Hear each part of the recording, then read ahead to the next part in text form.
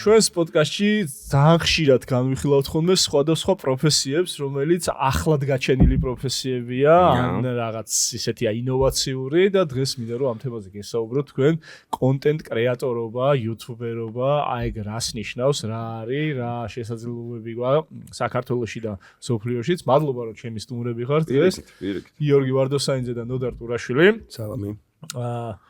გიორგი მსახიობი ადამიანი. პირველად ვისაუბრებ არა მსახიობაზე, მე მგონი ხო პროფესიაზე გეკითხები. პირველ რიგში მინდა რომ მოგილოცო შენი 100,000 გამოცდა. შენ გაიხარე, უმესი მადლობა, დიდი მადლობა. მაგარი ამბავია ეს. ეგენაც ვარ, მადლობა. მსახიობისთვის რა ოსკარი ხო? იცოჩი ემინა ქართულიოს დურუჯია რა, ქართულები გვაქვს დურუჯი და YouTube-ის დურუჯია ვიღე და ახლა ჩემთვის ეგ აწყობა არის. იზით ჩამოვა ხო ეს? დედას არ უტირებ ერთი თვეო და ველოდები. რამდენი წელი არ გამახსენდა და ეს ტიპი 2020 რა 2020 აი გზა გავიაროთ მე როგორ მიხვედი მაგამდე ნოდარი როგორ გარდა იმისა რომ კონტენტ კრეატორობას დაიწყე შენ არც თუ ისე მოკლე ხნის წინ ხარ APP-ში კონტენტის ხელმძღვანელი ხო თუ რა როგორ ქვია შესაძლოა პოზიციას კონტენტის მარკეტინგული კონტენტის ხელმძღვანელი ბიჭ მე მაგარც ვთქვი უფროსებში ვზივარ ეხლა რომ იცოდეთ ან სუეჩი ეხლა ვარ გავიპრანჭები ხალხო ორივე მიზის უფროსი ეხლა ყოველი სიტყვა იქნება რაფინირებული ვაზელინის რემბოსავით გადაგლენსილი რას ესენი მაჭბებენ ეხლა უკვე როგორი ვიყო დღეს თქვენ გერაც ვარ თქვენი საუბარი კაი რომ მოდი მაგ დავიწყოთ რითი მოხვედი შენ ანუ სად დაინახე ეხლა შენ თან საინტერესო შემთხვევა ხარ იმ ხრივ რომ თეატრი, ტელევიზია და მე ვიყავი პირველი ვინც გამოიქცა ტელევიზიიდან YouTube-ზე. ხო და აი რატო გავაკეთე? ვიჭო, რატო გავაკეთე? მოდი ესე ვთქვათ რა, იმ მომენტში ტელევიზიაში ბევრი რაღაცეები შეიცვალა. კონკრეტულად იმ ტელევიზიაში სადაც ვიყავი რა, რუსთავებში და დავიწყე იმედზე და რაღაცები ხოლმე. 10 წლიანი გამოცდილების მერე მივხვდი რომ მე არ მეხებოდა არასოდეს არც რაღაცა ჩარჩო, არც მითითებები არ მქონია, ხა ვერ გავიპრანჭები რა, ანუ მაკრო პრობლემები პროდაქშენებში არ მქონია, ყოველთვის იყო ძალიან მეგობრული, კარგი ურთიერთობა, დღემდე მიყვარს ყველას ქისები კისერში, მაგრამ არც ფული არ მყოფნიდა. და გაწეული შრომის მიხედვით ვფიქრობდი რომ უფრო მეტი შემეძლო რა, რომ ამეღო ერთი, მე არ მომწონდა რომ ვიღაცა მიწყვიტავდა რაღაცეებს. და მოკლედ მაშინ ესე არ უყურებდი YouTube-ს, მაშინ პროსტა წამოვედი. ხო, ჩემი ტელევიზიის ხოდი ასნად არ იქნებოდა და პროსტა წამოვედი. ანუ აი უბრალოდ წამოვედი და მივხვდი რომ რაღაცა სხვა უნდა მეკეთებინა საქმეების მეტი რა არის, მაგრამ YouTube-ი ნელ-ნელა აღმოვაჩინა რომ თურმე მონეტიზირდეს შეიძლება. თავიდან იყო ეს სივრცე, სადაც შემოქმედები წვას რაღაცეებს ერთობი, მინის ამპაროს ქმნი, სადაც შენ იდიოტობებს იცლები, უშვებ და ეს ყველაფერი 2020-დან როგორც წეგან ვახსენე, მივხვდი რომ შვენიერი ბიზნეს მოდელი შეიძლება გახდეს. იმასთან ერთად რომ შემოქმედებითად ქსიამოვნებს ასეც საკეთებ. და 2020-დან დაიწყო უკვე აქტიური პოდკასტის რაღაცა ინტეგრაცია, პონტი და დღემდე უკვე ეგათვლა არის რა, თან მაჭმევს, თან სიამოვნებს რა. ანუ ის დანაკლისი აღარ არის რომ აი ხოხტები შემოქმედებითიც არ არის და ფული. არა, ყველაფერს ეს ერთი ტიპი აკეთებს ორივე საქმეს რა.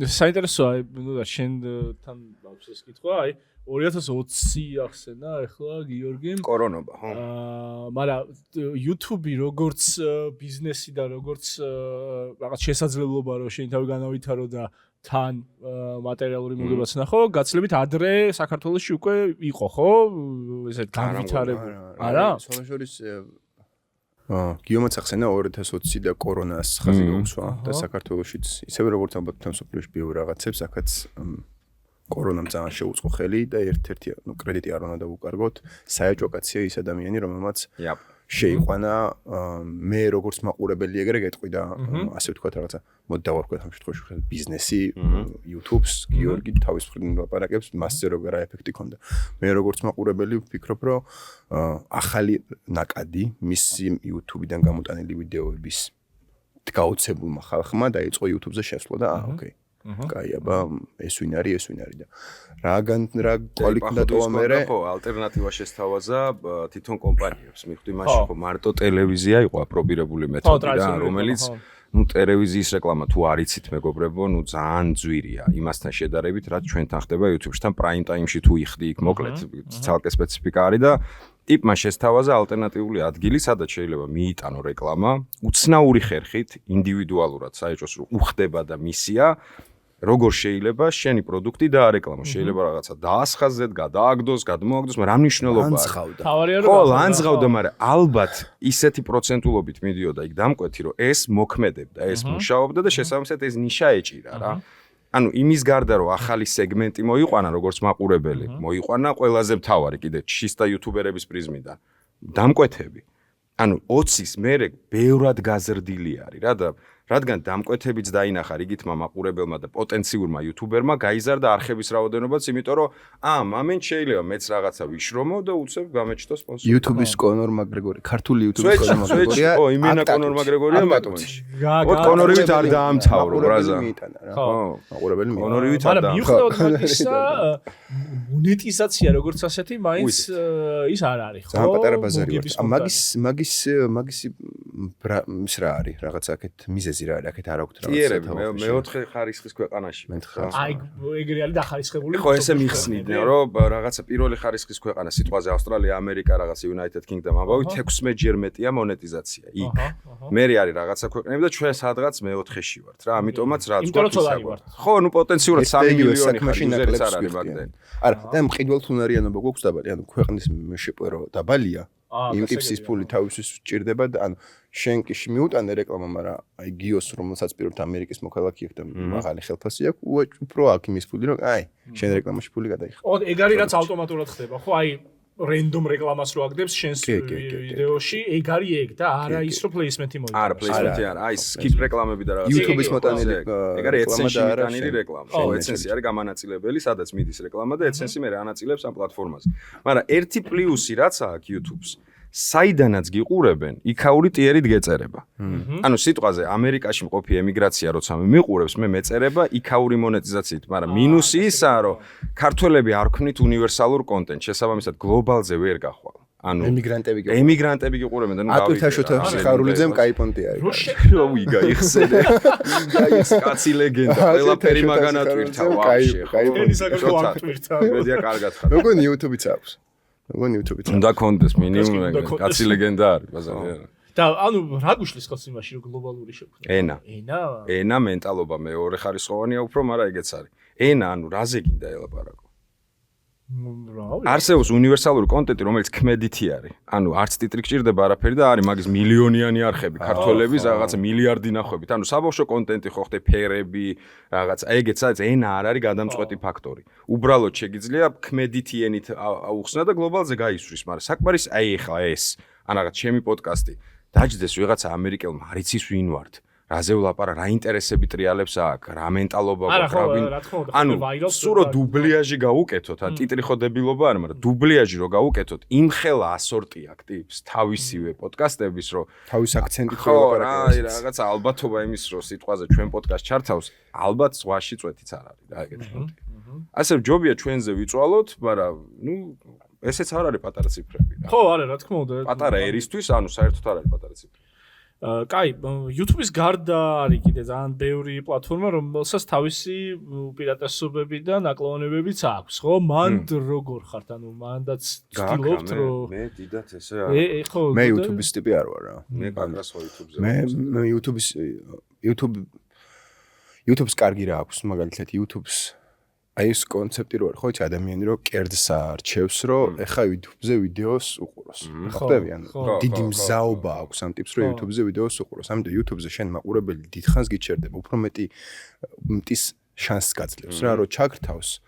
კიდე კაი, შეიძლება თავიდანვე არ გაუსწორდეს, მაგრამ 15 წუთი არჩია და ეხა 5 წუთი ხო არ გათიშავს. ნუ შენთვის შემოდის რა. ხო, მაგრამ YouTube-ზე როგორი კონტენტიც მუშაობს, მე ეგეთზე დიდად მე არ მისწორდება ეგეთზე მუშაობა. მე მიყვარს თხრობა მიყვარს, მაგალითად სკეჩური ის არ მე, აი თქვა TikTok-ზე თუ შევდივარ, არ შემიძლია რომ რაღაცა სკეჩი გავითამაშო რა. აი დედა მოვიდა, მე კამერა და ერთხელ მქონდა ეგეთი კადრო, კამერა დავდე და ვითომ მუშაობას ვაკეთებ და მეთქი რას ვაკეთებ ხა? აი რას ვაკეთებ? არ შემიძლია რა, ინსაიტის წამოღება მიყვარს ან რაღაც ჩემი მონაყოლის ამ ეს რა და ეგეთები უფრო მოკლე YouTube-ზე თუ შევალ, მაშინ 40 წუთიანი რაღაცა ანალიზი უნდა დავდო ან რაღაცა და მაგას მირჩევნია რომ TikTok-ზე წავიდე და 2 წუთში უთხრა ტიპს მოკლედ ველაპარაკო, ხო ხტები? აი რაღაც ეგეთი რა. მე YouTube-ს ვერც ვუყურებ, ანუ ვერც ვუყურებ რა. ანუ თუ საქმე სჭირდება მივდივარ, ვარ უკვე ხა ვიცი ტრენდი რა არის, ვიცი რა პროფესიიდან გამომდინარე ვაკეთებ, მაგრამ აი სახში რა მივდივარ YouTube-ი ჩავრთო, შენ განსხვავებულად ხარ. შენ უყურე მე რამჭის რომ აი ჩისტა როგორც კრეატორი თუ უყურებ. მე ეგ მაქვს რა, ალბათ პროფესიის გამოცდა რაღაცა რომ მეც მიცდია, ანუ Instagram-ი მიგდია როგორც რაღაცა პროსტა, ხო ხდები იმის ტრეილერების დასადებად, საკომუნიკაციოდ, გასასწორად საღადაოდ, TikTok ვაფშე ვერ აღვიქვავ. ანუ ვერაფრად ვერ აღვიქვავ. ჩემ მენეჯერებს აქვს გაკეთებული პოდკასტის TikTok-ები, სადაც პროსტა rilsები არის და რაღაცები ვარდება იქ არ აი ეგენი, მაგრამ მეც აი ეგ პონტის 60 წამში ჩატეული სკეჩის პრინციპი რამდენიც ვცადე იმდენი არაავთენტური იყო ჩემთვის ეს პონტი რა, ანუ არ მეყო ეგ თემა. ამიტომ მირჩევნე ეს ტვაზე 4 წუთიანი, 5 წუთიანი გავაკეთო, თუ მაინც და მაინც ეგ რაღაცა სურვილი მაქვს რომ სკეჩი უნდა გავაკეთო რაღაცა ეგეთივე თხრობის პონტი, რაც აქტუალურია TikTok-ზე, YouTube-ზე. მაგრამ აბსოლუტურად ვიაზრებ, რომ იგივე ბიზნეს მოდელებია.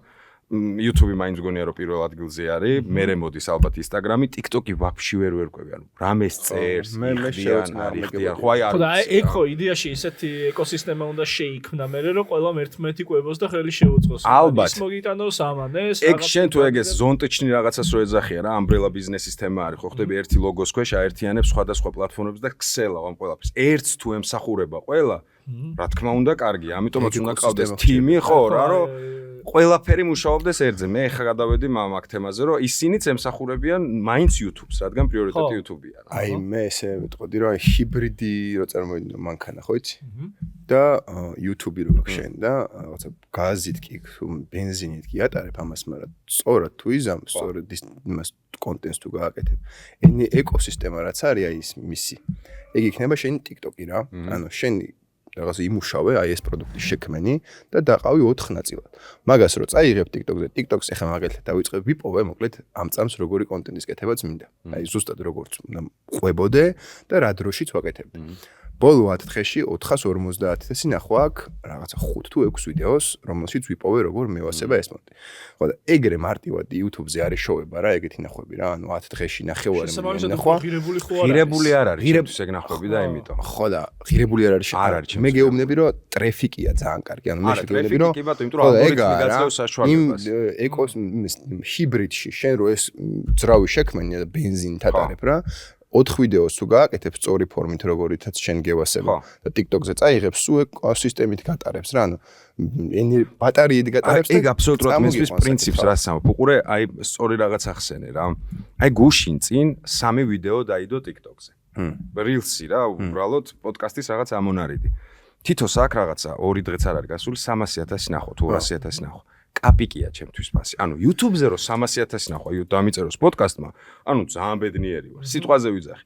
მაგრამ ალგორითმის მუშაობის პრინციპიდან გამომდინარე, დასკროლვის პრინციპით, ანუ ჩემთან ის მაყურებელი, არავითარ შემთხვევაში შეურაცხყოფას არ ვყენებ, ალგორითმის მუშაობას ვამბობ.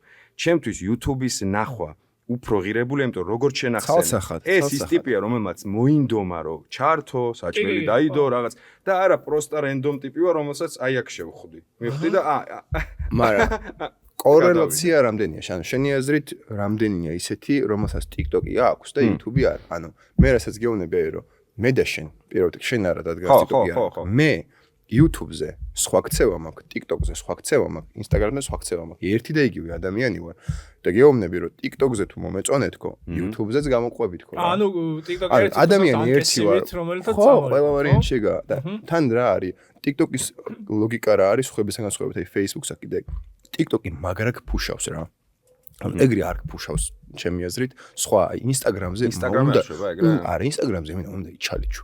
ანუ Instagram-ზე ძალიან ბევრი სტანდარტი და ყურადღება მოგაქცია. ხო, ერთი და იგივე კონტენტი, რო წაიღო. ერთი და იგივე Reels-ი რო და ერთი და იგივე ну აი და მე პირიქით კიდე Instagram-ის ვიზუალებს რომ მოვარგო, მაგალითად ტექსტის გრაფა Instagram-ზე სხვადასხვა პერსონაჟის აქ ხო ხდება ავტომატიზება რომ მოუხდინო. მაინც აქ რო აქ რა ანუ შეუდარებელია რა და ვერც ადარებ ერთმანეთს იმდენად ცხოვრება არის. რაღაცაზე რომ აქ 1,800,000 ნახვა TikTok-ზე, აქეთ მაქვს 100.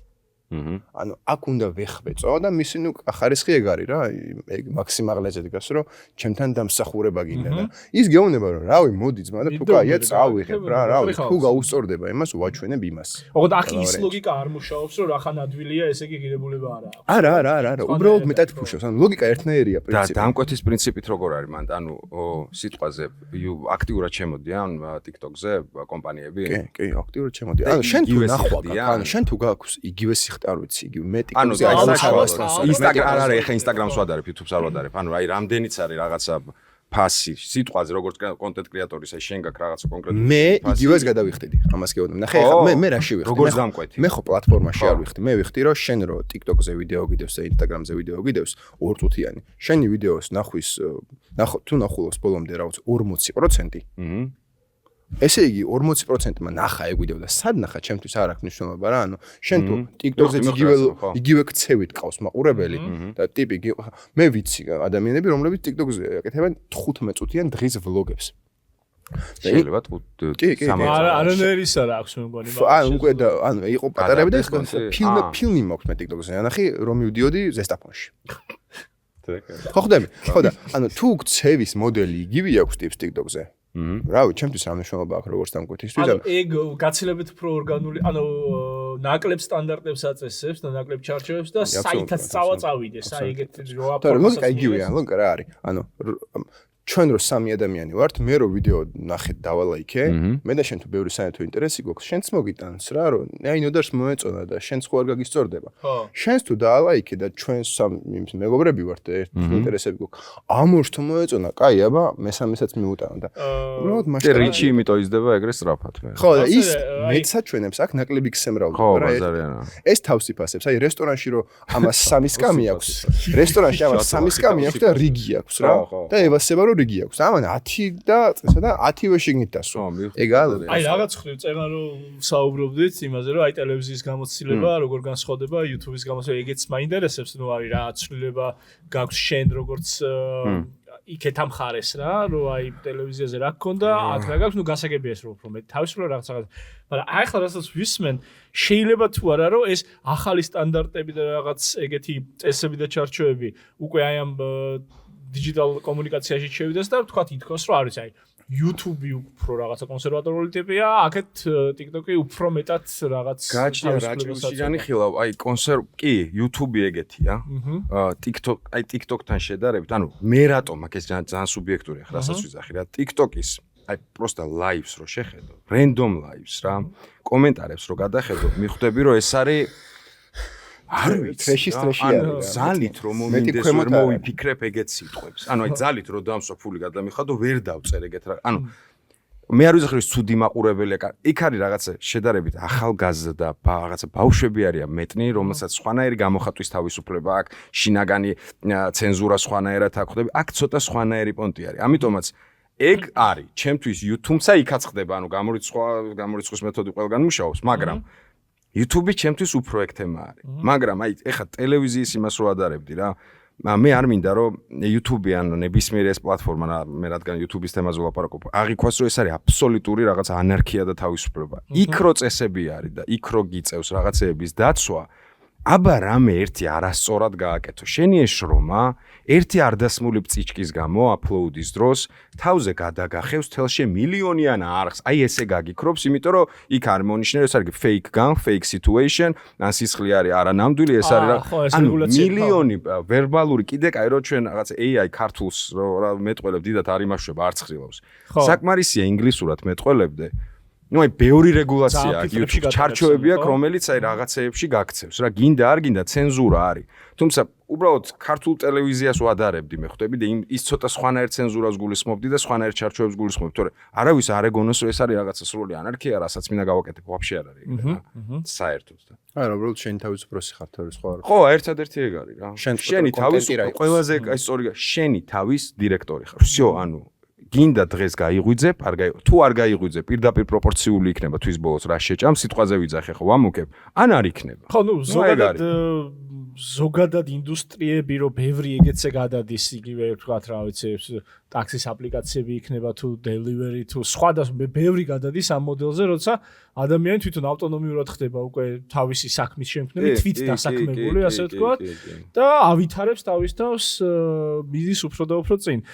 რაც მაინტერესებს ახლა ამ შემთხვევაში არის ის, აი კონტენტზე როცა ფიქრობ, აი შენ ფიქრობ, შენ კონტენტზე რა გააკეთებ, იმიტომ რომ შენ ახლა პოდკასტის გარდა ბევრ რამეს კიდე აკეთებ, ხო ის და ეხლა ეს წელი აი კიდევ ერთხელ ვიზახი რო სიტყვაზე აიღო ჩემი არხი რაღაცა ბავშვის დაბადებამ და ბავშვის დაბადების მერე იმდენად ალბათ მეც მაგრად შევიცვალე რაღაცეებში და გემოვნებად შეიცვალა და რაღაცა სხვანაირად რაღაცეებს ხედავ, მაგრამ სხვადასხვა არხია რა. ადრე უფრო ბევრი ექსპერიმენტის საშუალებას ვაძლევდი ჩემ თავს, აი მოკლე სკეჩებიდან დაწყებ რაღაც. ეხლა არის რაღაცა ელმავალი არხზე, რომელიც არის პოდკასტი და არის კიდე რაღაცა ჩემი ვლოგები და ექსპერიმენტები, თუმცა ეს არის უფრო დავარცხნილი ექსპერიმენტები, ანუ აი შოუს ფორმატის ხვდები და არა რაღაცა აი პროსტა +18 მარაზმი იუმორით რა.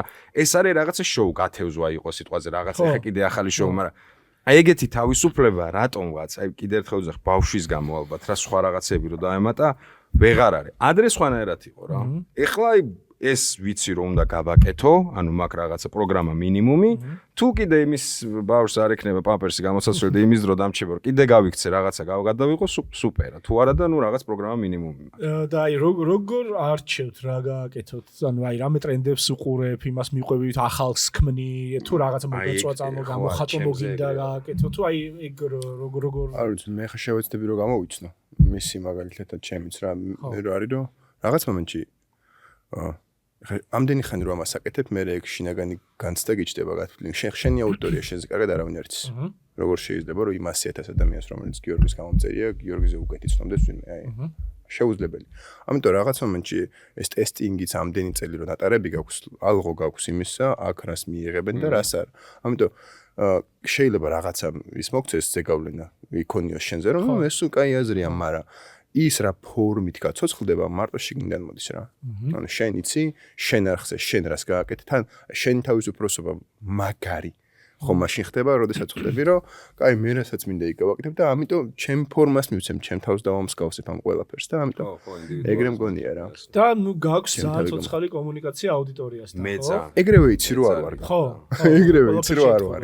ეგ კომენტარი ეს არა, ეს არა. ისედაც აი მე კონკრეტულად როგორც კრეატორს, ანუ აი ეგ მიიღირს რა, ალბათ ეგეც ერთ-ერთი ფაქტორია, რის გამოც ესე ჩამithრი ამ თემამ, რომ აღმოვაჩინეს სხვანაირი, აქამდე ჩემი პროფესიიდან გამომდინარე მაქსიმუმი იყო ქუჩაში ფიდბექი. ტელევიზიას ხო ეს არა აქვს რა, ანუ ქუჩაში პოსტფაქტუმ ხვდები შენ რაღაცა ფოტო გადაიღე, ავტოგრაფი თუ რაღაცა, ანუ იქ. აქ რო ვნახე რომ ესეთი ცოცხალია ეს ყველაფერი და მე ეს ხო აქ არ ვთავრდება კომენტარებში, გადადის პირად შეტყობინებებში, ყველა იმაზე რა ქვია, ინსტაგრამზე, ცალკე ჩატებში, ვიღაცას დისკორდი გვაქვს, იქ ცალკე მიდის არხის community sector ვართ. ანუ ეგ აქ YouTube საკმარისია, ეგ გადადო და ისე მიუდგე, როგორც აი ტელევიზიონში კი მიუდგებია, მგონია რომ მაშინ YouTube-ზე ვაფშე არ უნდა მოხვიდე რა. ანუ არ გაპატიებს მაყურებელი, ძალიან სხვანაირი მაყურებელი ყავს YouTube-ზე. ეგ ჭირდება, რომ ფიდბექი ჭირდა, მელაპარაკე და რაღაც განვიხილოთ რა. აჰა. კაი, ერთ თემას მინდა ასევე შევეხო, რომელიც შეიძლება ცოტა სხვა მხრიდან რომ შევხედოთ ახლა ამას, ანუ YouTuber-ი, კონტენტ კრეატორი, როგორც პროფესია, როგორც საქმე, რა რისკები შეიძლება ამას კონდეს, უფრო გლობალური მასშტაბით რომ შევხედოთ, ახლა რას გულისხმობ რა, რომ აი პირობითად შეიძლება დღეს ბევრი ბავშვისთვის იყოს ეს რომ მე მინდა რომ გამოვიდე YouTuber-ი. რა სოციალურ ღირებულებას შეიძლება ქმნიდეს YouTuber-ობა როგორც კონტენტ კრეატორობა, როგორც ასეთი და ხო არ ახალს ამას ის რისკი რომ გადავეშოთ цота აი რაშიც აი ცოტა ზედაპირულ რაღაც მიდგომებში. არაპროფესიონალები დაკომპლექტებულ ხო, აი მაგალითად ის რომ სატელევიზიო პროდუქტს რო ქმნი, ყოველთვის რაღაცნაირად გინti ის რომ აი რა ღირებულებას გავატარებ, რა შინაარს გადმოვცემ, ან რა იქნება თქვა აუდიტორიისთვის ის რომ აი იმან წაიღო რა აქედან, მაგრამ აი YouTube შეიძლება ნაკლებ, მაგრამ აი განსაკუთრებით TikTok-ს ხო არ აქვს ის საფრთხე რომ აი უბრალოდ დაუბომბოთ ადამიანები, აი რაც არის შესმა სოციალურ ქსელებზე და ამითი მაგრამ რაღაცა ცუდი უფრო მეტი გავაკეთოთ ვიდრე კარგი. კარგი კითხვაა და რაღაცა ერთი ესეთი პასუხი მგონია რომ ვერ იქნება მაგაზე რა, კიც და არაც რა. ანუ ორივე მხარეა მგონია და თვითონ აი სიტყვა ნახე YouTuber-ობა, ანუ აი რა ჯანდაბაა რო დაფიქრდე რა. ნუ ეხება განვაზოგავ TikToker-ელი, რა ინსტაგრამელი, რა მნიშვნელობა აქვს, ანუ აი სოციალური ქსელის წარმომადგენელი რა. ეს ხო პროფესია არ არის. მოდი ესე აღვიქვათ რა. რაც არ უნდა ეხა ვიბრალოთ. ანუ შენ ხო ამას ესე ვერ ისწავლი. შენ ისწავლი ტექნიკურ შემადგენელს. შენ ისწავლი არის რა პროფესია ხო ეს არის ფულს შოუ. არა, უყო რას უძახე, აკრედიტირებული პროფესია ეს არ არის. შენ ამას ვერსად ვერ ისწავლი. ყველა ვართ სამაუჭკები. ანუ ჩვენით. შენ შეიძლება იცოდე ედიტი კარგად, შეიძლება იცოდე აპლოუდი კარგად, შეიძლება იცოდე რაღაც, მაგრამ შეიძლება არც არაფერი არ იცოდე და მაინც იყო იუთუბერი ვიღაცა და იქირავ სიტყვაზე, ანუ მარტივად ტუტორიალებით ნახო. ანუ ეს რის თქმა მინდა არ მოიაზრებს წლები შრომას, განვითარებას, ანუ პროფესია როგორც ასეთი, ხო? მაგხელა პასუხისგებლობის რაღაცა დაკისრება ამაზე, ეგ მგონია არასწორი ხვდები. ეს არის უბრალოდ ადგილები, ეს არის პროფესია, ნუ მაინც ეგ სიტყვა უნდა ვიხმო, რაღაც პონჩი ალბათ პროფესია, რომელსაც თუ მაშინ ტელევიზიას ეგრე განვიხილავთ, რომ რაღაცა მენტალური ის არის რა, აიქიდან უნდა გიკარნახოს რა არის სწორი, რა არის შავი და თეთრი, ისიც არასწორი არის. არც ტელევიზიას არ უნდა გადავკიდოთ ეგ პასუხისგებლობა. ანუ ეგ ყველა მამის პასუხისგებლობაა ყველა ოჯახში და დედის ხვდები, რომ ვიღაცა აღიზარდოს და არა ტელევიზიების ფასეულობების რეტრანსლირება, მე რაღაცა იდეოლოგიებს რო აბრალებენ და იუთუბერებს ვთხოვენ ხოლმე, რომ არასწორ ფასეულობებს რეტრანსლირება, ანუ ნუ მთხოვ ეგეთ რაღაცებს. მე უბრალოდ ესეთი ბაითი მაქვს მოწყობილი. ანუ ეს არის ჩემი ბაითი. ამ ბაითში არის ესეთი თამაშის წესები. შენ თუ არ მოგწონს, პროსტა არ შემოხვიდე ჩემს სახლში. მივხვდი, სხვა სახლებია, ყველას გვაქვს კარიღია. შენ ახლა შემოიხედე ჩემს სახლში, თუ არ მოგწონს სიტუაცია, ფუთქვი ამის დედავატირე და გამოხურე. მაგრამ ნუ დამაბრალებ და ნურც ტელევიზიებს ნუ აბრალებთ. მაგაზე გადააბოდიში და ერთ ადგილას თავზე რა, მაგათმა რომ აი დაიჯეროს რომ ესენი არიან მორალის რეტრანსლი რაღაცა, უნდა თქვან რომ ეს არის თეთრი, ეს არის შავი. არ არის ეგრე ხვდები, არავის მოვალეობაში ეგ არ შედის. ამიტომ იმიტომ რომ ტელევიზიას იუთუბერებსაც ნუ დავაკისრებთ ეგეც რაღაცას რა რომ შენ ხო რაღაცა პროფესია მე მაქვს ჩემი სუბიექტური აზრი ყველაფერთან დაკავშირებით არა ეგ გააზრება რომ შენ გავლენა გაქვს ეგ არ გაკისრებს მაინც იმ პასუხისგებლობას შენ რომ მე დამაბრალო პასუხისგებლობა ეს შენი პრობლემაა და არა ჩემი მივხვდი რას გენო ანუ შენ რომ ჩათვალო რომ ჩემს სიტყვა შენზე გავლენა აქვს ეს ხო ჩემი პრობლემა არა შენზეა გავლენა შესაბამისად ანუ მე ვიაზრებ ხო მორალზე ვლაპარაკობთ ანუ მე რა თქმა უნდა ვიბაზრებ იმას ბოდიში ვიაზრებ იმას რომ არსებობს ჩემთვის რაღაც შავი და თეთრი და მე ამას ჩემ არხზე ვეტრანსლირებ, მაგრამ ობიექტური საზომი ერთეულით მე ნუ დამარქმევს ან მორალის და ეთიკის მკარნახებელს, ან გამფუჭებელს, ან ასე შემდეგ. იგივე პონტი, ამიტომ ნუ ეგრე ნუ აღვიქვავთ რა კონტენტ კრეატორობას. ხვდები, ეს არის პროსტა კარგი ჯერჯერობით რაღაც მეშინია ამ სიტყვის გამოყენება პროფესია, მაგრამ რაღაც რომელიც ხო რა მაკეტკენ მიდის ისწავლება ეგ რა ანუ ყველა პონჩი შეიძლება უფრო მალე მაგრამ აი დღეს არის პროფესია აი რაღაცა მგონია რომ ან შეიძლება რამჭირს იცი ჩემ პროფესიაზე იმდენად მაქვს რა საკრალური შეგრძნება რომ იმდენი ტვინი დავანთხიე იმდენი შრომი და ოფრი ჩავდე რომ ისიც თუ პროფესია და ეს აპლოუდიც თუ პროფესია სიტყვაზე ხა მაშინ რა პონტია რა სადღაც ალბათ ეგეც მაქვს ხო აი ჩემთვის ეგეც არის მაგას მოიცავს ეგ ჩემი ტივილიც არის ალბათ ხო რა ასევე ერთი რამე არის ჩემი აზრით მან ძალიან მნიშვნელოვანი ტელევიზია დგას უფრო პოპულისტურ რაღაცაზე რაღაც მოდი შევქნათ შოუ რა გაუსწორდებოდა ხალხს და კონტენტ კრეატორებიდან ამ უპროფესიო კონტენტ კრეატორებიდან ალბათ თითზე ჩამოსაფლელი ესეთი ადამიანი რომელიც იმით გახდა წარმატებული რაც არ უსწორდებოდა რომ ეკეთებინა რა კონტენტ კრეატორობაში შენ თუ იმას არ აკეთებ შენ თავს რაც გამოხატავს და შენ რაც გისწორდება მაყურებელი არ იღებს ანუ просто ვერ გადიხარ წინ რა ანუ ვერ მიდიხარ ამიტომ ეს კონტენტ კრეატორობა მაგხელა საფრთხის მქონე რომ ადამიანები დაზომდებიან და რაღაცა დაკარგავენ მომავალს თუ რაღაცა ჩემთვის იმიტომ არ აქვს რომ ეგ ხალხი ვინც კონტენტს ქმნის ამ თუ იმ ფორმით საკუთარ თავს გამოხატავს საკუთარ თავს შეიცნობს ვითარდება რაღაცაში რა და სულ რო ყველაფერს თავიდანვანებოთ დაამთავრა და არაფერი არ გამოვიდა უნარებით მიდის ანუ შეიძლება თვითონ ვერ გახდა კრეატორი მაგრამ იგი უსამი და ეთქოს რომ კარგი მე ვიდეოებს ვაედიტებდი 3 წელი და კაი იდეები არ მქონდა, მაგრამ კარგად ვაედიტებდი რა. ანუ ვიცი 3 წელი. მინიმუმ ის უნარი მაქვს, რომ ვიჯე და ვაედიტო, ხდები? ტიპი თავის ვის გამოხატვას ცდილობს, ან იპოვის მაგას, ან არა. მე შეიძლება თერაპიაზე დავუნიშნო, წავიდით კოინდორი, იქ იპოვო შენი თავი თქო, მაგრამ ანუ ის რომ რამე ცუდს აკეთებდეს თავისთვის არ მგონია მაყურებელი როცა ხარ მაშინ უფრო მეტ ზიანს იღებ. მაყურებლის ხრიდან ვიდრე ის რომ შემქმნელი ხარ. შემქმნელობა არის შენი თავის ქექვა. ხო არა, რა თქმა უნდა, რაც უფრო მეტი შესაძლებლობა, უფრო გახსოვთ ეგ кейსი, იმედის кейსი. რა? იმედს ხო ვაფშე წურება ხოლმე ეგეთ ფანტასტიკური სიუჟეტებით. სად როგორ ახერხებთ, просто არ ვიცი. ზიპერას და ვიღაცეებზე იყო რა. ანუ ზეპერა არის იუთუბერი. იუთუბერი რა, რამდენიმე იუთუბერზე იყო, მაშინ ბავშვები იყვნენ. გეიმინგი იმას რო ხო, რაღაცა, მოკლედ, ანუ აი მაგჭრილში განიხილებოდა, რომ ესენი დეგრადირებენ. ესენი მოკლედ, რომ ჩვენ ვართო, ანუ კაი ტიპებიო, იმედი, რომელიც ჯაჯანიძის შოუს უშვებს, ხო, და უცხო პლანეტელებს დაძდებენ სიტყვაზე, ბაიძე, სრული სერიოზული სახეები. სიტყვაზე ვიძახი, ისიც თუ კრინჯია, ანუ ტელევიზია სავსეა კრინჯი და ამ ბავშვებს სერიოზული ბულინგი მოუწყეს რა რომ როგორ ბედავენ ახალ თაობას როგორ ბილდ სიტყვაობენო ლაივის დროს რა ანუ და იყო იქ მთელი ამბავი ხო ხვდები просто ვერ დააფასეს YouTube community როგორ მოქმედებს რამის გააუქმეს ხო იქ რამის იმედი გაუქმდა იმდენი რეპორტი შევიდა მაგრამ ეგ პონტი აქვს ტელევიზიის სწორზე რომ აი ჩვენ კაი ტიპები ვართ სწორ რაღაცეებს და ხო აი მომავალში რა როგორ იქნება ეგ არის აუცილებლად შეიცვლება ახლო მომავალში აი არა ის რო ტელევიზია უკვე გუშინდელი დღე არის ეგ ცხადია მაგრამ აი კიდევ უფრო აი რა გახდება დღეს რაც ხვალინდელი დღეა გუშინდელი რა გახდება მე არ ვიცი ანუ რაღაც ახალი პლატფორმა სიტყვაზე პლატფორმა არ ამგონე მან და ალბათ რაღაც წერა მოვიდეს თითქოს აი YouTube უფრო კონსერვატორულ რაღაცა წესებში ექცევა რომელმაც შეიძლება რაღაცა თავის ფორმა მიიღოს შეიძლება პლატფორმების პოლიტიკიდან გამომდინარე რაღაცა უფრო კარგი პოლიტიკის ტიპი გაიჩნდოს მაგრამ აი რამე ისეთი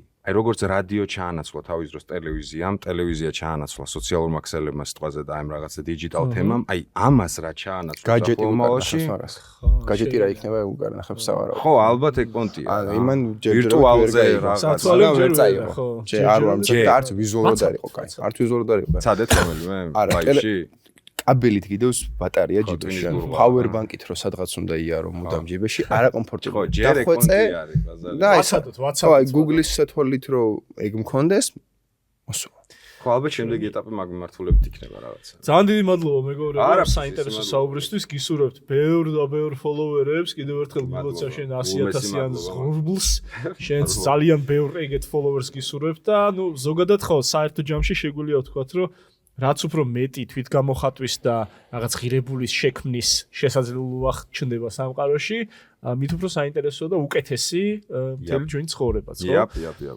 ძალიან დიდი მადლობა, ვინც გვიყურებთ, ვინც გვისმენთ, AP+ პოდკასტში ვსაუბრობთ ყველაფერზე, რაც ეხება სამსახურს.